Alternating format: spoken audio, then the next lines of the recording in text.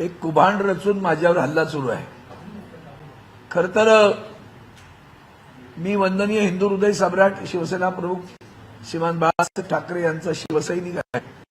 आदरणीय शिवसेना उद्धव बाळासाहेब ठाकरे पक्षाचे पक्षप्रमुख उद्धवजी ठाकरे यांचा निष्ठावंत शिवसैनिक म्हणून काम करत असताना माझ्या आयुष्यात जे संस्कार झाले त्या संस्कारानुसार मी छत्रपती शिवरायांचं नाव घेतो। आमच्याकडनं महिलांचा अवमान कधीच होणार नाही।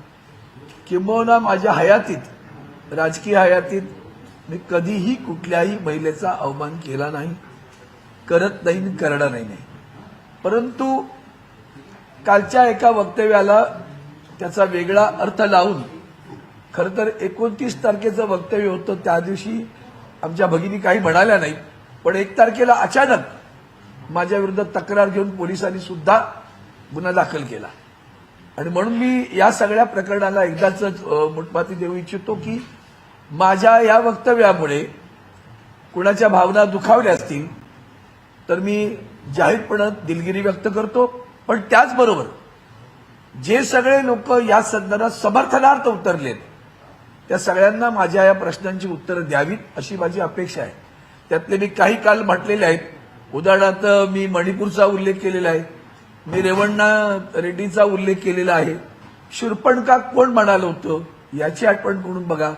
आमच्या माननीय सोनिया गांधींच्या संदर्भात जर्सी गाय हा शब्द कोणी वापरला होता याही लक्षात घेतलं पाहिजे। माननीय आमच्या मुंबईच्या माजी महापौर किशोरीताई पेडणेकर यांचा जो उल्लेख अशी शिलांनी केला त्याच्यावर कोणती तक्रार दाखल झाली, कोणते गुन्हे दाखल झाले।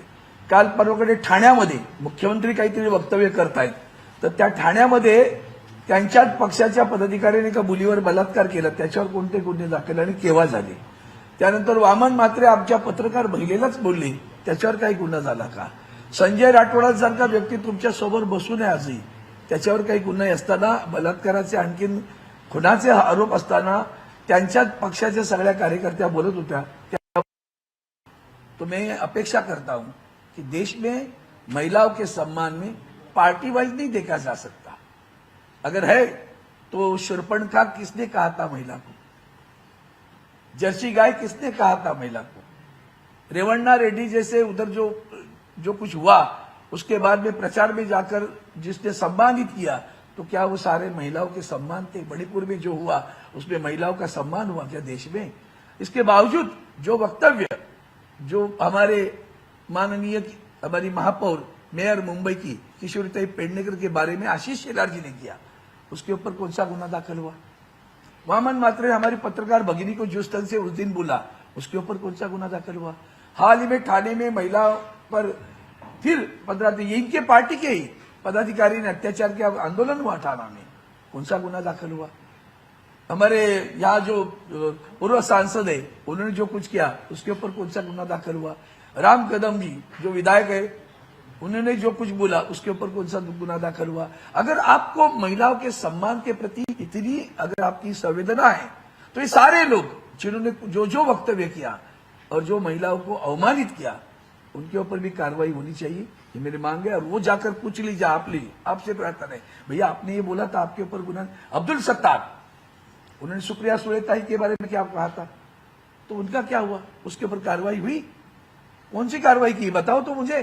अगर महिलाओं के सम्मान की बात जो पार्टी कर रही, जिस पार्टी के मंत्री अब्दुल सत्तार हो, संजय राठौड़ हो, जिनके ऊपर हमारी चित्राबाग जैसे भगिनी ने बहुत बड़े आरोप के लगे आंदोलन किया, देवेंद्र फडणवीस जी आंदोलन किया, क्या हुआ, उनके ऊपर कौन सी कार्रवाई की। तो बस एक राजनीतिक लाभ उठाने के लिए चुनाव है, राजनीतिक लाभ उठाओ। चलो एक शब्द को पकड़कर जो मेरी भावना कभी नहीं थी, आज भी नहीं, कल भी नहीं रहेगी, और मैंने किसी व्यक्तिगत नाम भी नहीं लेके आया था, फिर भी वो उसको जिस तरह से माहौल बनाया जा रहा है वो देखकर दुख होता है कि मेरे ऊपर कभी कुछ इल्जाम लगाना की कोशिश बहुत बार हुई लेकिन नहीं पकड़ा गया। तो चलो इधर कुछ एक शब्द को लेकर चलो इनकी प्रतिभा भी मलिन करे तो उनके लिए उनकी बड़ी बड़ी टीम बैठती रहती। 29 तारीख को मेरा वक्तव्य हुआ, 1 तारीख को जब उस दिन भी पूछा गया था, उस दिन कुछ नहीं बोली हमारी बहन ने, लेकिन 1 तारीख को उसे याद आया, किसने याद दिलाया, किसने सारा कंस्पायर किया, करने दो, पाप उनके पास रहेगा।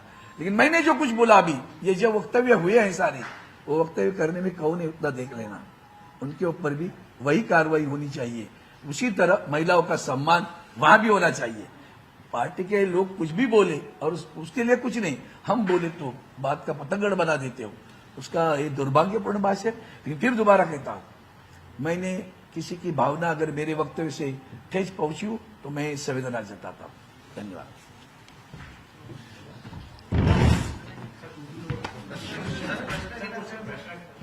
प्रश्न